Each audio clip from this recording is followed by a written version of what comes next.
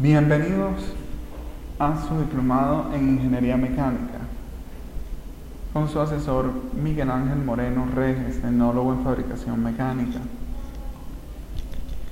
En el siguiente diplomado comenzaremos a trabajar con el área de los métodos numéricos en el diseño mecánico, área de fundamental y vital importancia en la aplicación y en la ejecución de esta área de las ingenierías para hallar las soluciones a las disyuntivas y a las conjeturas que se nos presentan debido a las resoluciones matemáticas que obtenemos luego de los procedimientos necesarios para realizar los trabajos que se demanden en nuestra área laboral y cotidiana. El contenido a trabajar va a ser el siguiente: ¿qué son los métodos numéricos? Le daremos el significado conciso, el significado en concreto de lo que estamos trabajando, los métodos numéricos aplicados en el área de la ingeniería mecánica. En este caso, los métodos generalmente aplicados para esta área de la ingeniería son la aproximación numérica, errores y sus tipos, sistemas de ecuaciones lineales, interpolación, diferenciación e integración y ecuaciones diferenciales. Cabe destacar, cabe acotar que los errores y los tipos que serán contenido que vamos a tratar son producto de este tipo de procedimientos numéricos. Como ya les había comentado, la aplicación de estos procedimientos matemáticos nos genera un acercamiento muy grande, muy cercano, valga la redundancia, a el resultado que buscamos obtener luego de este procedimiento, pero como ya les había comentado, es una aproximación a la realidad. Generalmente se presentan grandes diferencias a escalas dependiendo de lo que se esté trabajando en cuanto a lo que se plasma luego de una operación matemática en papel a lo que se presenta en la vida real de manera física, y por ello esta manera de enfocar la resolución de dichos problemas matemáticos es fundamental en esta área de mecánica. A menudo los problemas que no pueden ser resueltos analíticamente o de manera exacta deben ser abordados con ayuda de algún procedimiento numérico básico o métodos numéricos que permitan formular operaciones aritméticas de tal forma de resolver interrogantes o problemas. Imaginémonos en el ejemplo de las cajas negras. Las cajas negras son artefactos utilizados en la aviación civil para hallarle solución y darle una explicación muy cercana a la exactitud de lo que sucedió previo a un suceso inesperado. Generalmente son accidentes. Y funciona de la siguiente manera, como lo vemos en nuestra lámina. Leemos: para encontrar la respuesta apropiada a un problema se puede representar por medio de una caja negra, que funciona de la siguiente manera, como les digo. Datos de estudio para el cual se debe analizar para buscar soluciones, que lo llamamos datos de entrada. Estos datos de entrada se recopilan justo previo al suceso como tal. Luego, allí dentro, estos datos en dicha caja negra, luego de procesos de algoritmo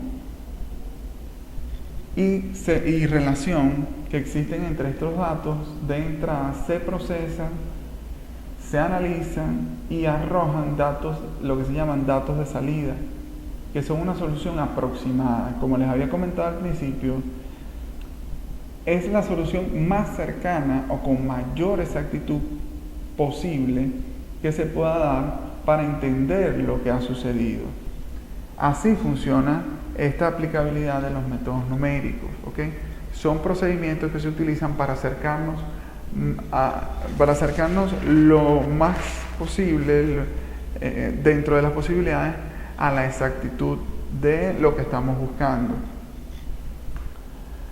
Entendiendo qué son los métodos numéricos, leemos el siguiente enunciado.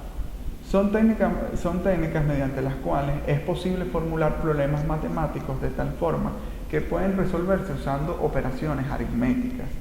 El análisis numérico trata de diseñar métodos para aproximar de una manera eficiente, como les había comentado.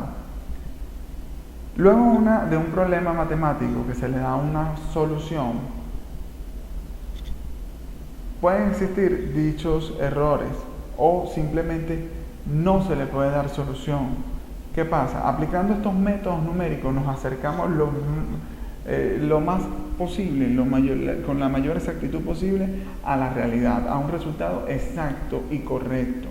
Las soluciones de problemas expresados matemáticamente, realizando cálculos puramente aritméticos, refiere a una lista finita que tiene un final, valga la expresión, de instrucciones precisas que especifican una secuencia de operaciones algebraicas y lógicas, algoritmos, que producen o bien una aproximación de la solución del problema, que es una solución numérica, o bien un mensaje. En este caso lo podemos hallar en la caja negra, el ejemplo que habíamos planteado previamente, porque te arroja datos de vital importancia para que, al ser traducidos por los conocedores de este campo, de este ámbito, le den una solución en un mensaje, en palabras, en conclusiones. La eficiencia en el cálculo de dicha aproximación depende en parte de la facilidad de implementación del algoritmo y de las características especiales y limitaciones de los instrumentos de cálculo, las computadoras en este caso, que podamos utilizar. Luego de utilizar estos métodos, la exactitud va a depender directamente de esto, de la facilidad de implementación del algoritmo y de las características especiales o limitaciones de los instrumentos de cálculo. En general, al emplear estos instrumentos de cálculo, se introducen errores llamados de redondeo.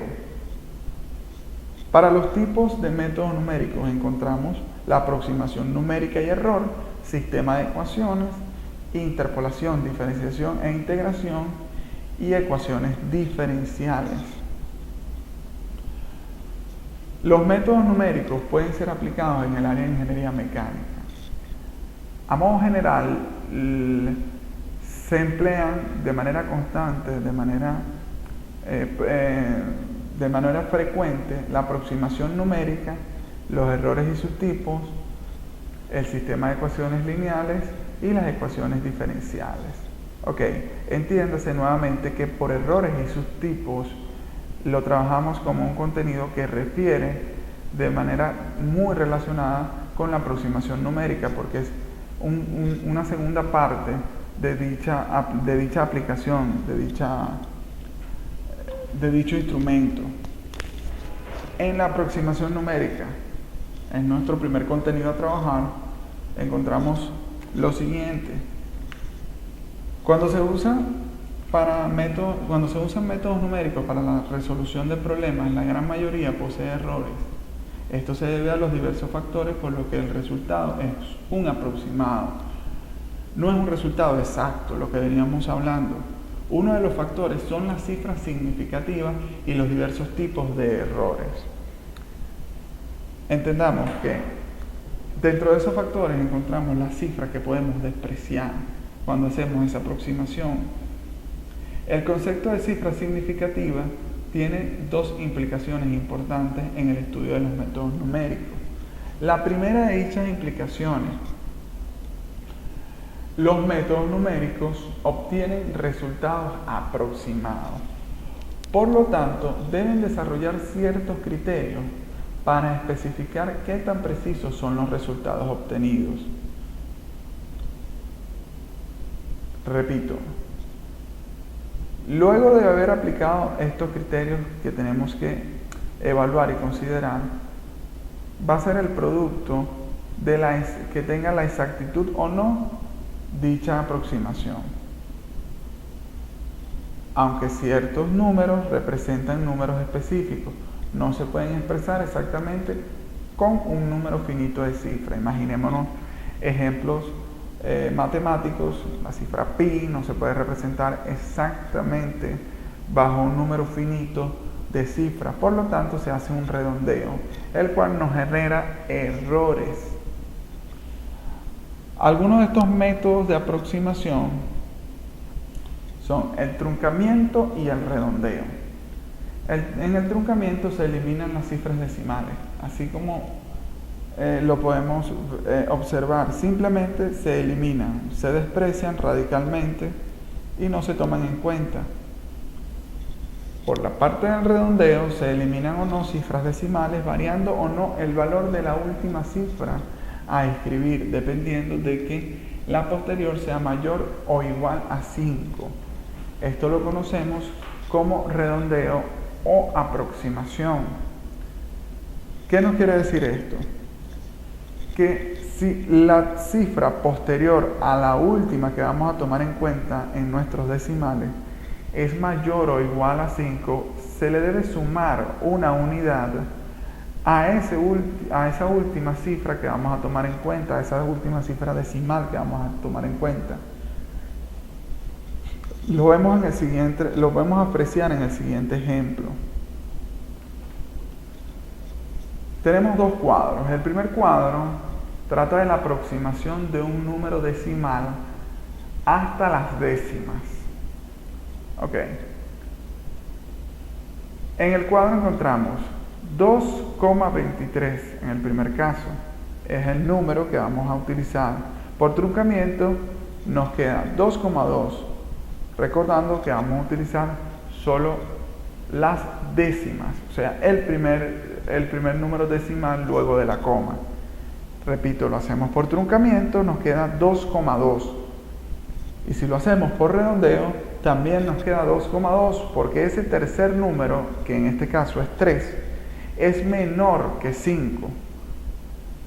Se cumpliría el criterio previo. Si es menor que 5, nos queda igual el número anterior que vamos a tomar en cuenta, en este caso el 2, y nos quedaría que por redondeo también es 2,2. Diferente al caso 3 de nuestro cuadro, de nuestro primer cuadro, 2,25. Por truncamiento igual nos queda 2,2, pero por redondeo nos quedaría 2,3. ¿Por qué? Porque nuestro tercer número es igual a 5, por lo tanto, le sumaríamos una unidad a la última cifra decimal que estamos tomando en cuenta, que en este caso es 2. Por lo tanto, si le sumamos una unidad a ese 2, nos quedaría 2,3. En nuestro segundo cuadro encontramos una aproximación de números decimales hasta la centésima. ¿Qué significa esto? Que se van a tomar en cuenta dos números decimales luego de la coma. En nuestro primer caso tenemos 2,2363. Si lo hacemos por truncamiento, nos queda 2,23 tajante, radicalmente. Despreciamos el 6 y el 3 siguiente de nuestras décimas. Pero por redondeo, tendríamos 2,24. ¿Por qué 24 y no 23? Porque el número siguiente al último decimal que vamos a tomar en cuenta, que es 3, vendría siendo un 6, y 6 es mayor que 5, por lo tanto se le suma una unidad a esa última cifra que vamos a tomar en cuenta en nuestros números decimales, y nos quedaría 2,24, diferente al 2,23 que nos da por truncamiento. En el último caso de nuestro segundo cuadro encontramos 18,6751. Por truncamiento, 18,67. Por redondeo, 18,68, porque se nos presenta la misma situación. El número posterior al segundo decimal que vamos a tomar en cuenta es igual a 5. Y si recordamos nuestro criterio previo, nos dice que si es igual o mayor a 5, se le suma una unidad más al último decimal que vamos a tomar en cuenta después de la coma. En este caso era 7, por lo tanto si le sumamos 1 nos queda 8. Y por redondeo sería 18,68. Esto nos genera errores, ¿okay? ¿Y qué son los errores? Estos son los que se generan con el uso de aproximaciones para representar las operaciones y cantidades matemáticas. Para poder representarlas de manera física, bien sea escrita o digital, tenemos que tomar en cuenta cierta cantidad de números decimales, porque físicamente es imposible.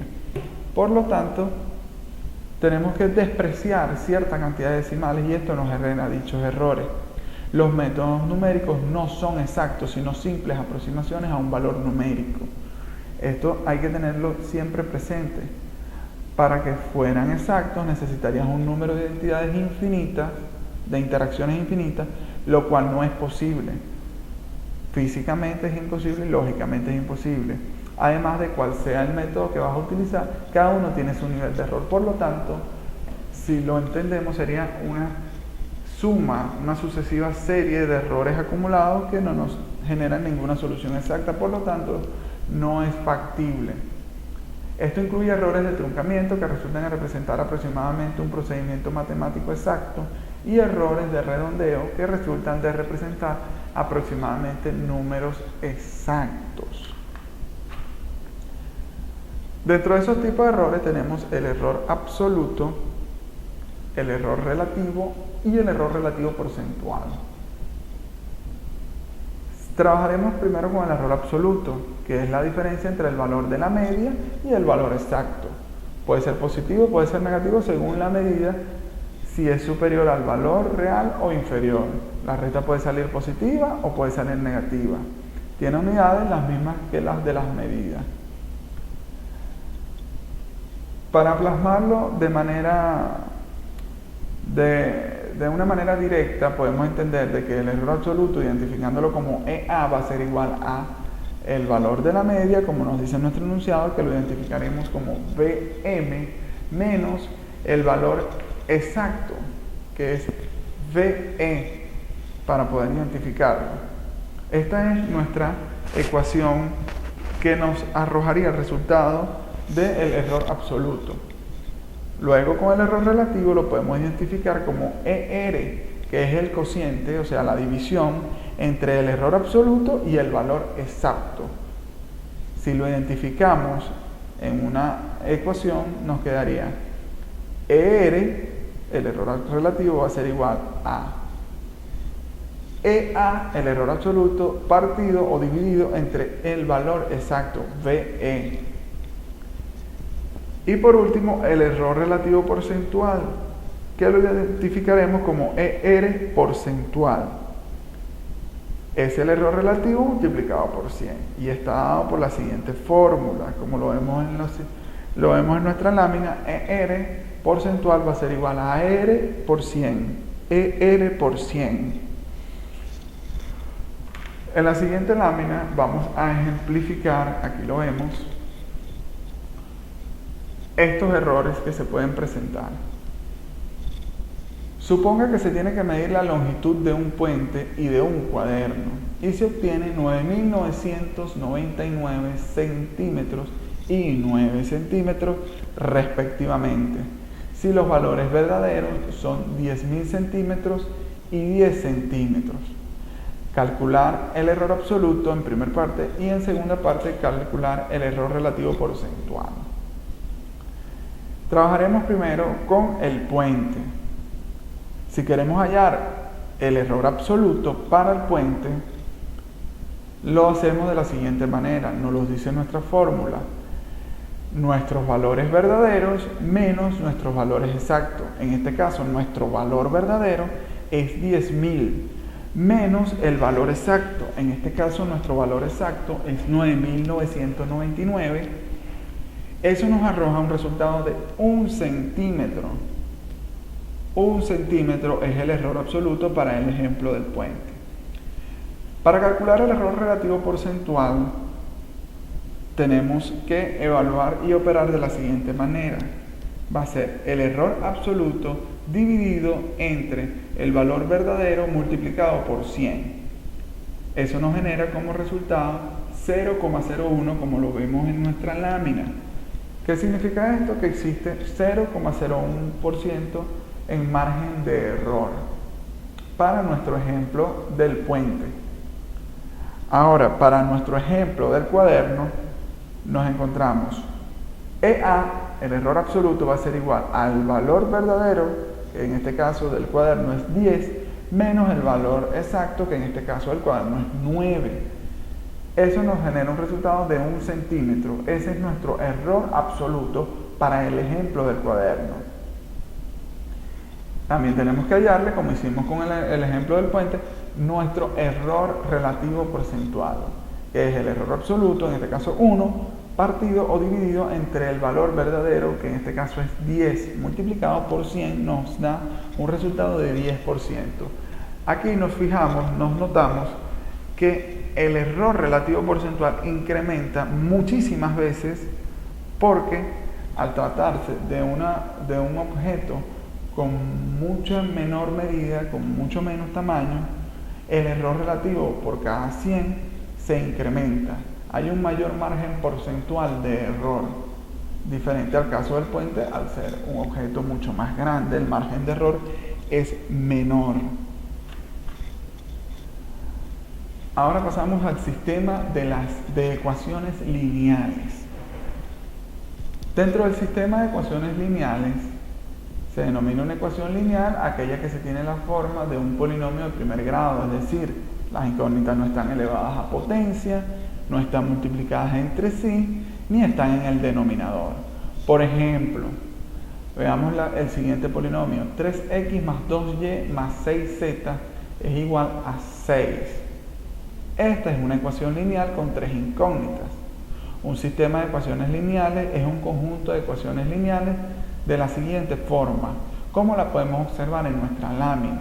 Tenemos una cantidad n de polinomios igualados a un resultado, en este caso b para la primera ecuación es igual a b1, para la segunda b2 y así sucesivamente hasta llegar a n cantidad de resultados, en este caso bm. Como lo vemos en nuestra lámina, este es un sistema de ecuación. Aquí lo representamos más fácilmente. Pero para hallarle la solución, para resolver dicho sistema de ecuaciones, existen varios métodos. Para resolver el sistema de ecuaciones podemos utilizar por sustitución, por igualación, por reducción, por método gráfico y por método de Gauss. ¿Ok? Estos son los métodos que podemos utilizar para la resolución de este tipo de sistema de ecuaciones que nos generan incógnitas, nos generan conjeturas que las podemos resolver mediante estos pasos. Tenemos que conocer cuál es el método de sustitución. No es más que aquel que consiste en despejar alguna de las incógnitas en una ecuación, de preferencia la incógnita que tenga menor coeficiente. ¿Por qué? Porque se nos facilita a la hora de igualar y de obtener resultados para poder sustituirlas, como lo vemos en nuestra última parte del enunciado, y sustituir su valor en otra ecuación.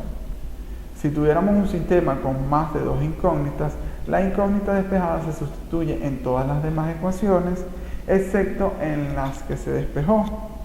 Y ahora se tendría un sistema, pero con una ecuación y una incógnita menos. Este método se puede repetir hasta llegar a la solución. ¿Qué nos está diciendo básicamente este método de sustitución? Como su nombre lo indica, tomamos la equivalencia, el valor que nos da una incógnita, al sustituirla con una ecuación, debido a la ventaja que nos da el signo de igualdad, y así le podemos dar un valor, una ecuación que al sustituirla y operar matemáticamente nos genere un resultado, y luego sustituir ese resultado en las otras ecuaciones, como lo vemos en el siguiente ejemplo. Hay que entender algo que es fundamental en el trabajo matemático. 3x más 5y más z igual a 22.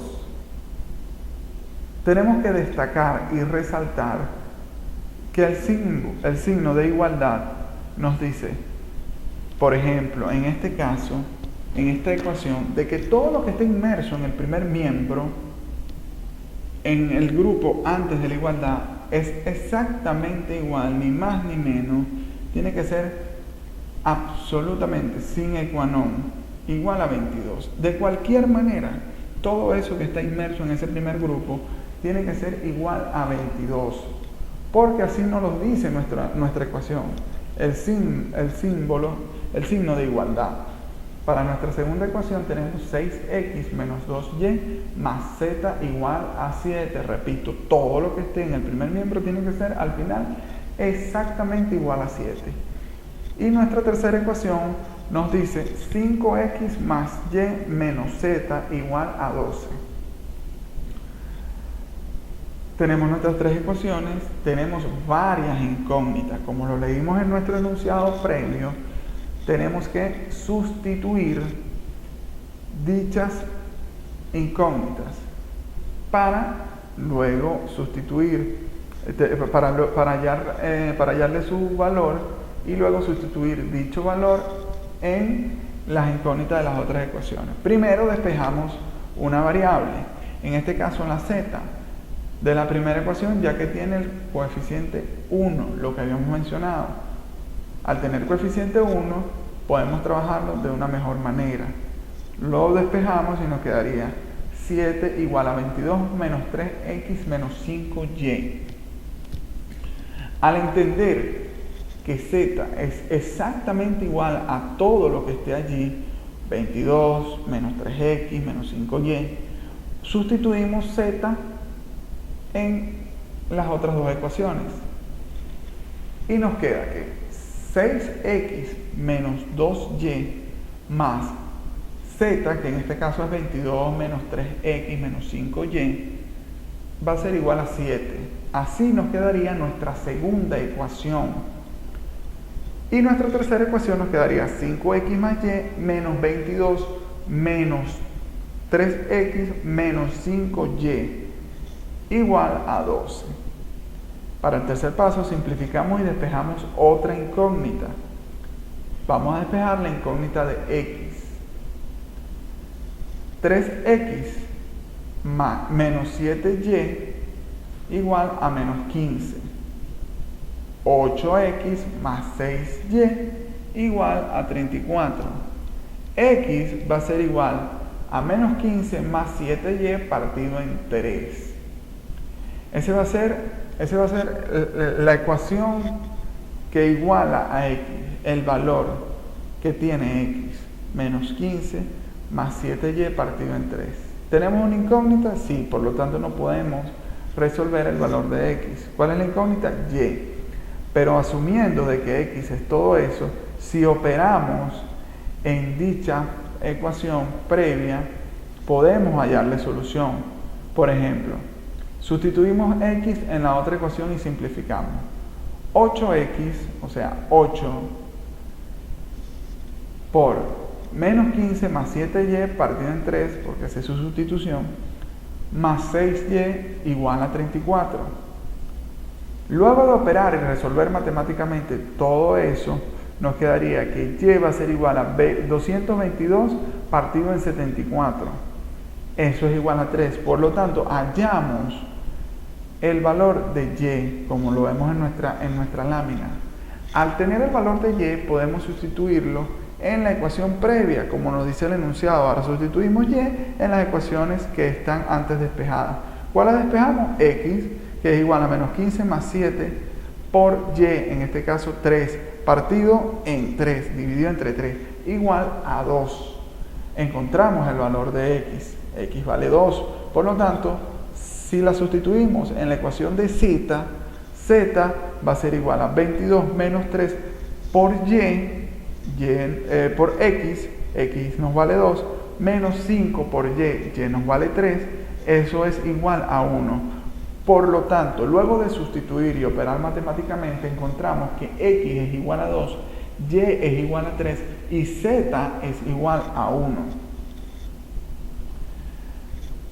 Método de igualación, que es otro de los métodos en donde podemos resolver estos sistemas de ecuaciones. En este método, que es muy parecido al de sustitución, se despejan las dos ecuaciones, la misma incógnita, y se iguala, para obtener el valor de la segunda incógnita y después sustituirlo en cualquiera de las ecuaciones que despejemos. Miramos directamente un ejemplo. X más 4y igual a 11 para nuestra primera ecuación.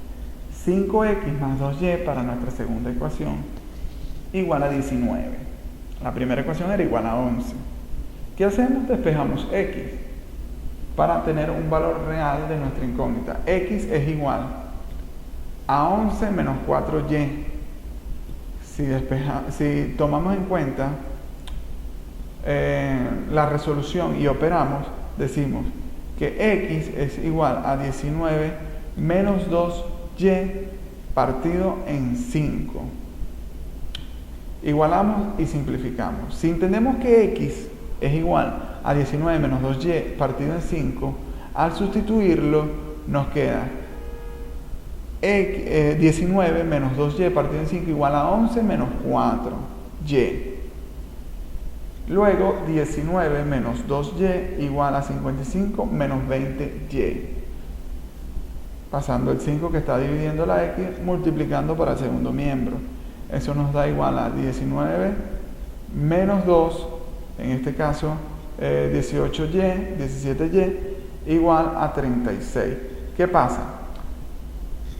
19 lo pasamos al segundo miembro, el 20 lo pasamos al primer miembro positivo, por lo tanto sería 20y positiva menos 2y negativa, y por eso es que nos da 18y.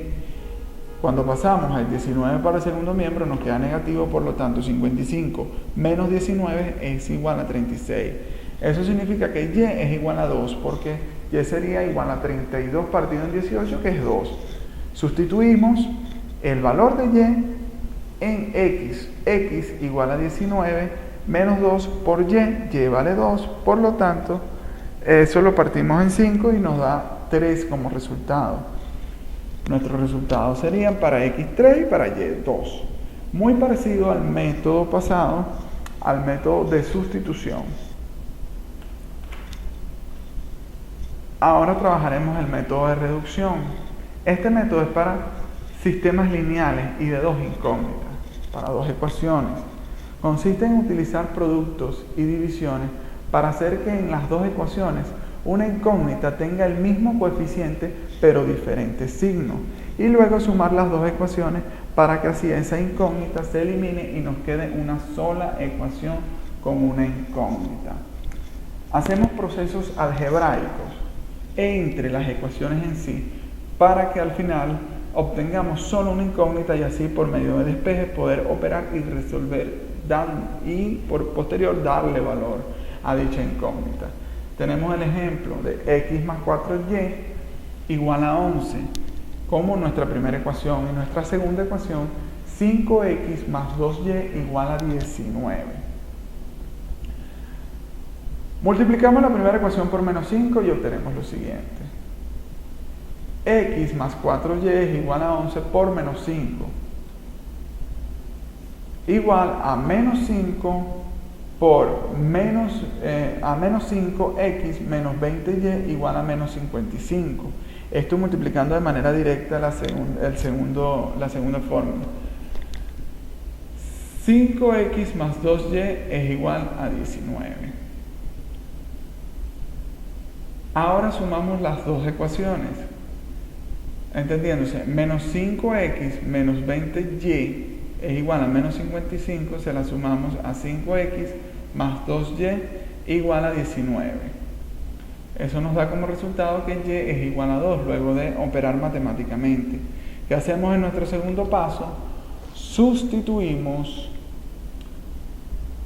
el valor de y que acabamos de obtener, que es 2, y nos quedaría 5x más 2y igual a 19.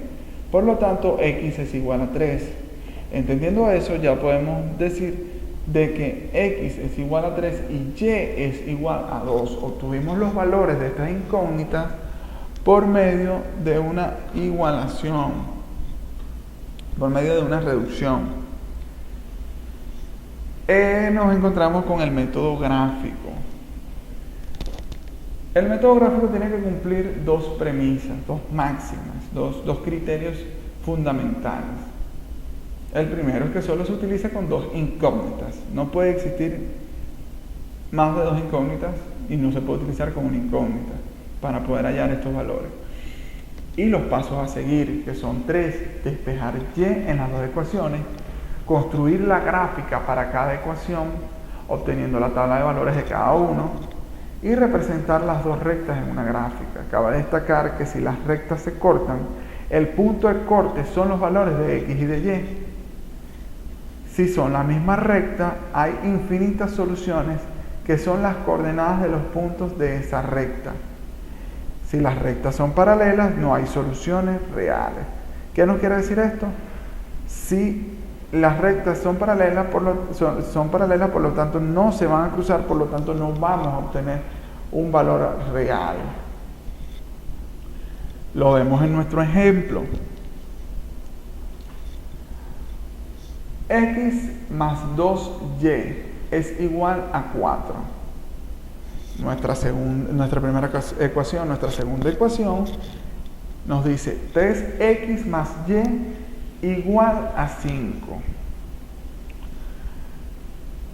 Si nosotros operamos y le damos valores a cada una de nuestras ecuaciones,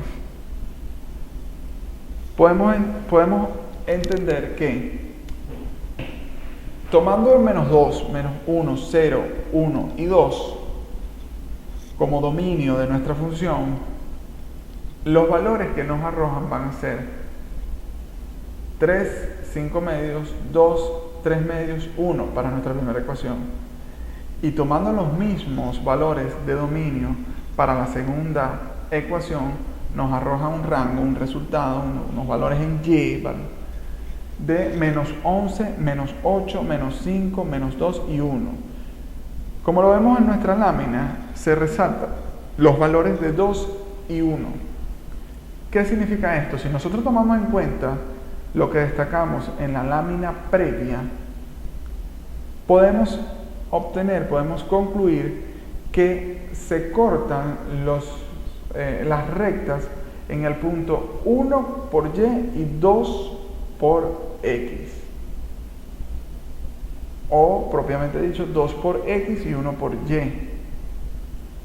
Esto significa que el valor para cada una de esas incógnitas es 2 y 1, 2 para x, 1 para y, porque es justo allí donde se corta la recta si nosotros le damos valores a nuestra ecuación.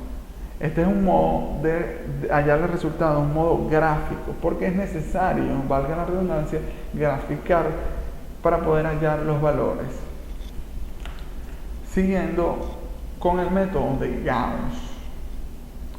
Este consiste en invertir un sistema lineal de n ecuaciones, de n cantidad de ecuaciones, con n incógnitas, en uno en donde la primera ecuación tiene n incógnitas, pero la siguiente tiene n menos 1, y así sucesivamente hasta que la última tiene solo una incógnita, que esto es lo que nosotros buscamos, para poder así resolver cómo se parte la última ecuación y se van sustituyendo los valores para calcular las demás incógnitas.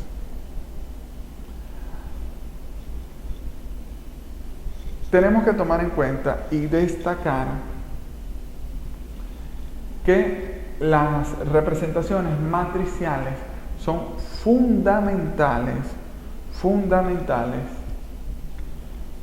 para poder utilizar este método. Aquí vemos la representación matricial en donde nos indica que a la 11, a la 12, a la 13, a la 1, n cantidad, a la 21, a la 22, a la 23, a la 20n, a la m, a la m2, a la m3, a la mn, donde encontramos que m se multiplica por n. Todos estos valores están multiplicados por x1, x2 hasta xn, entendiendo de que n se multiplica por 1. Eso es igual a b1, b2, bm, m multiplicado por 1. donde la matriz A, podemos observar que la matriz A es la matriz de coeficientes, la que vimos en nuestra primera parte, previo a la multiplicación con la matriz B, que es la de las A. La matriz X se llama la matriz de incógnitas y la matriz B se llama la matriz de términos independientes, que es la matriz que encontramos luego del signo de igualdad, o sea, en el segundo miembro. Tenemos como ejemplo el siguiente sistema de ecuaciones. X más Y igual a menos Z igual a 5. Nuestra segunda ecuación es X más Y igual a 7. Si nosotros sumamos nuestras ecuaciones, obtenemos de que X más X son 2X, Y más Y es igual a 2Y, y menos Z y 0 es igual a menos Z. 5 más 7 es igual a 12. Escrito matemáticamente, matricialmente sería de la siguiente manera. 1 para la X, 1 para la Y, menos 1 para la Z. 1 para la X, 1 para las Y, 0 para la Z en nuestra segunda ecuación. Y en el resultado de la suma de esas dos ecuaciones tendríamos 2 para la X, 2 para la Y, menos 1 para la Z. Esta conformaría nuestra matriz de coeficientes como lo vimos previamente en la lámina. Aquí lo tenemos. Identificamos nuestra matriz de coeficientes. En este caso sería 1, 1, menos 1, 1, 1, 0, 2, 2, menos 1. Esto es una matriz triple debido a que contiene 3 valores por el vértice horizontal, 3 valores por el vértice vertical y 3 valores diagonales. Esta matriz tiene que ser multiplicada por la matriz de incógnitas. En este caso tenemos 3 incógnitas, X, Y y Z, y en ese orden las vamos a multiplicar. Esto nos va a dar un valor, un resultado, ¿okay? Ese resultado es quien nosotros llamamos la matriz de términos independientes. Es importante resaltar estos nombres porque tenemos que identificar con exactitud en dónde vamos a ubicar dichos valores, dichas incógnitas. Vamos a realizar un ejemplo donde encontremos la solución de dicho proceso matricial. Tenemos que la primera ecuación es 2x más 3y más z es igual a 1. 3x menos 2y menos 4z es igual a menos 3. 5x menos y menos z es igual a menos 4. Repito, la primera ecuación, 2x más 3y más z es igual a 1. La segunda ecuación es 3x menos 2y menos 4z igual a menos 3. Y nuestra tercera ecuación es 5x menos y menos z igual a 4. Lo primero que tenemos que hacer, el primer paso, fundamental, anotarlo de forma matricial. Tenemos nuestra matriz identidad, tenemos nuestra matriz de variables y tenemos nuestra matriz de coeficientes. ¿Cómo lo vemos aquí? Matriz de coeficientes, tenemos matriz de incógnita, tenemos matriz de términos independientes. En este caso tenemos 3 incógnitas, coeficientes, términos independientes.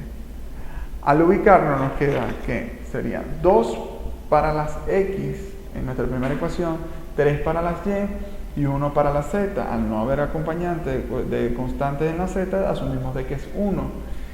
Igual a 1.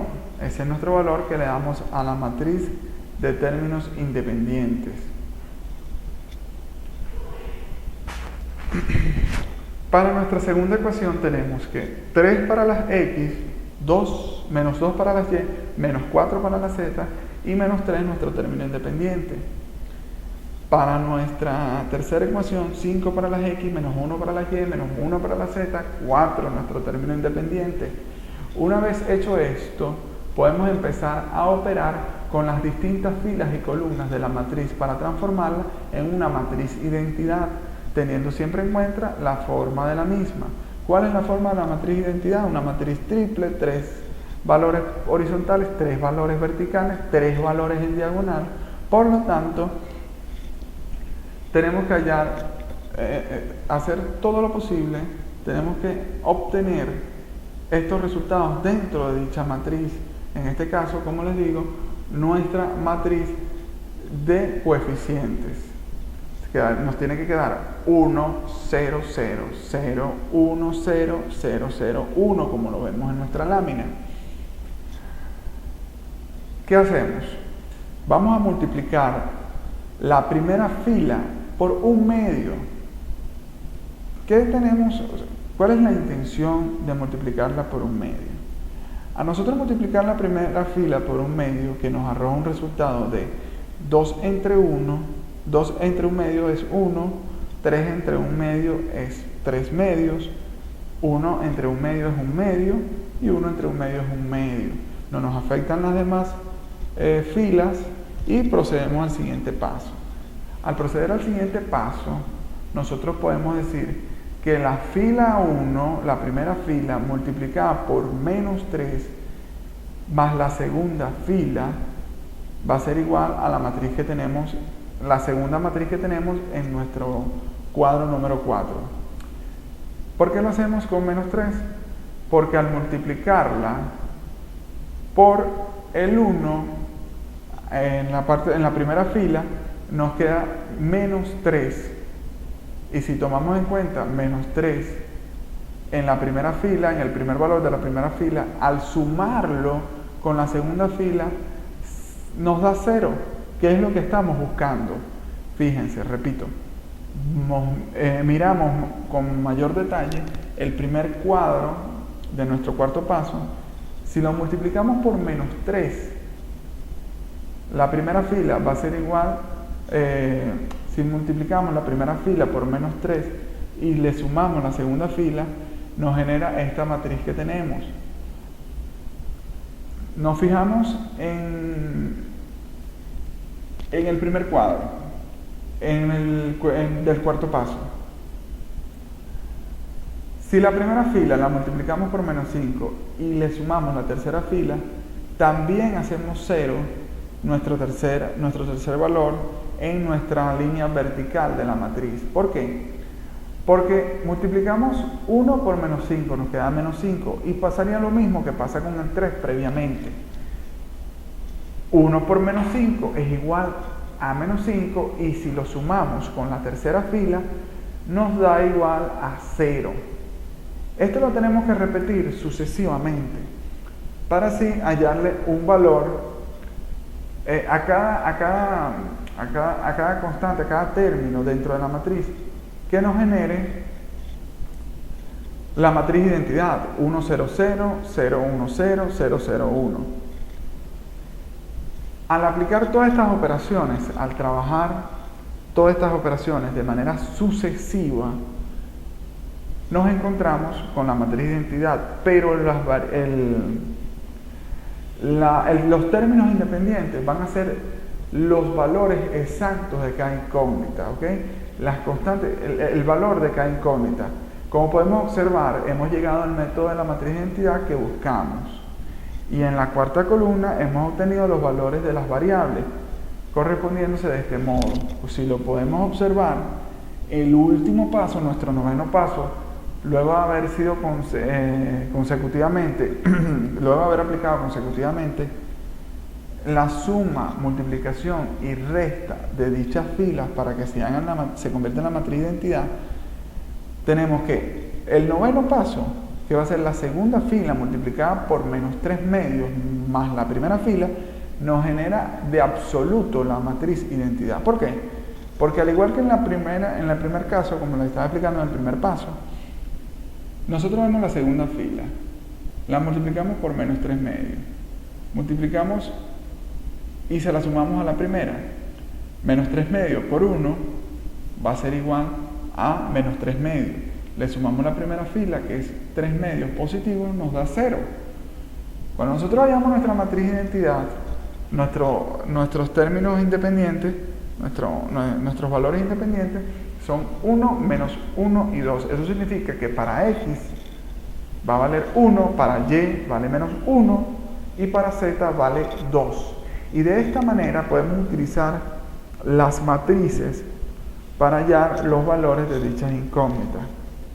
Se trata del método de Gauss.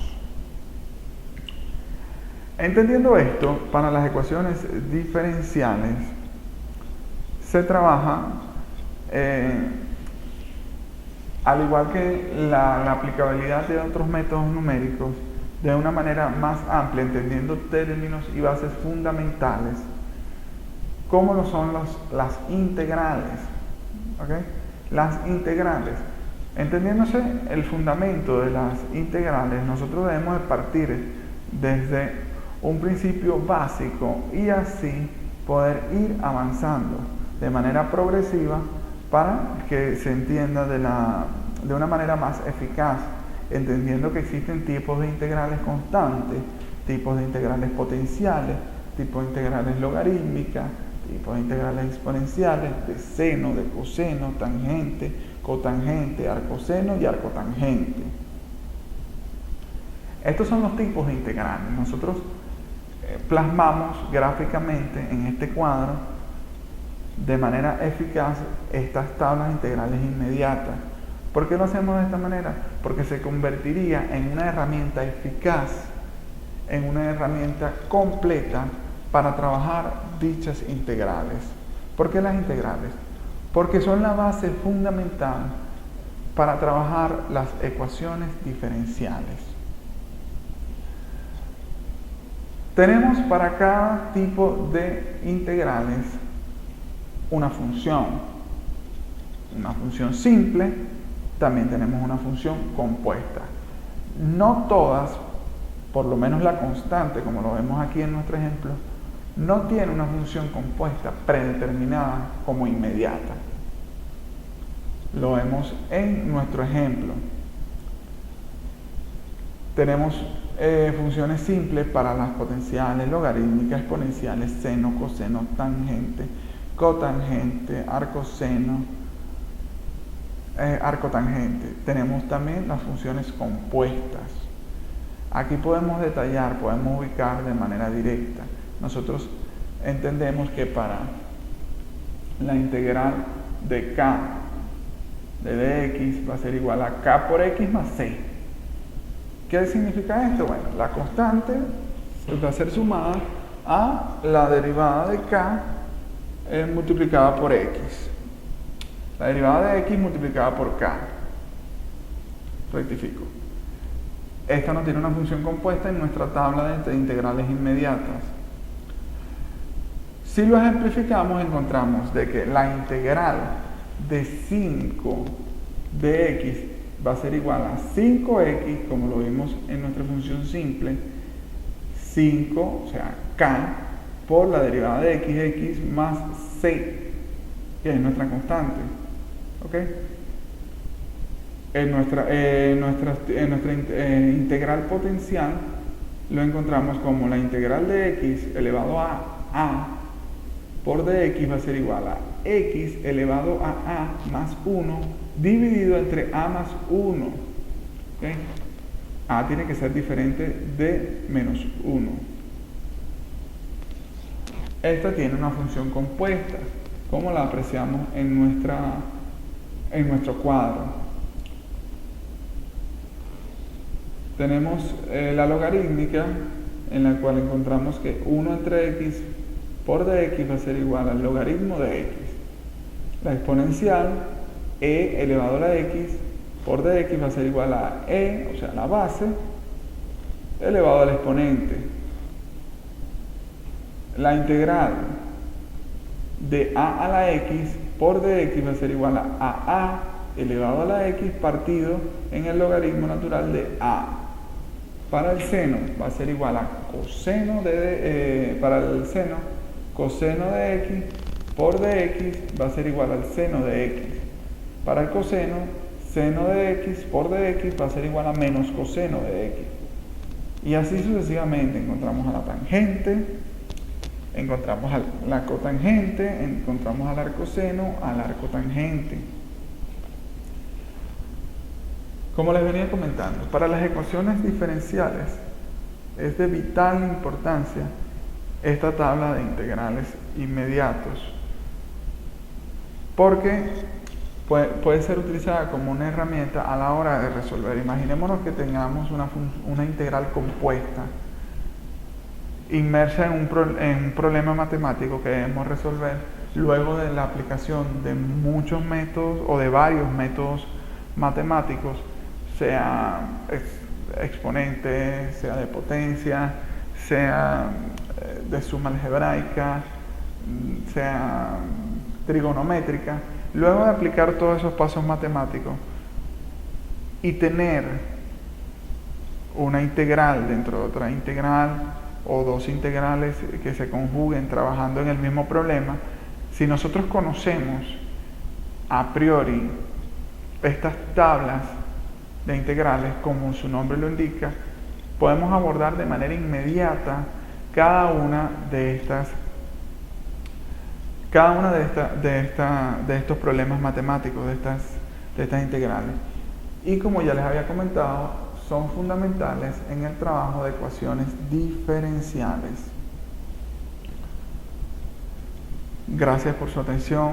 Espero que les haya sido y les sea de vital importancia de aquí en adelante este diplomado, debido a que los conocimientos adquiridos en cuanto al tema de métodos numéricos son de mucha utilidad. Por lo tanto, los necesitamos constantemente en la aplicación para la resolución de los ya mencionados problemas o confusiones o disyuntivas que se nos presenten y que con frecuencia los vamos a tener en cuanto a la comparación entre lo que se nos presenta, entre lo que obtenemos por medio de un cálculo matemático y lo que podemos plasmar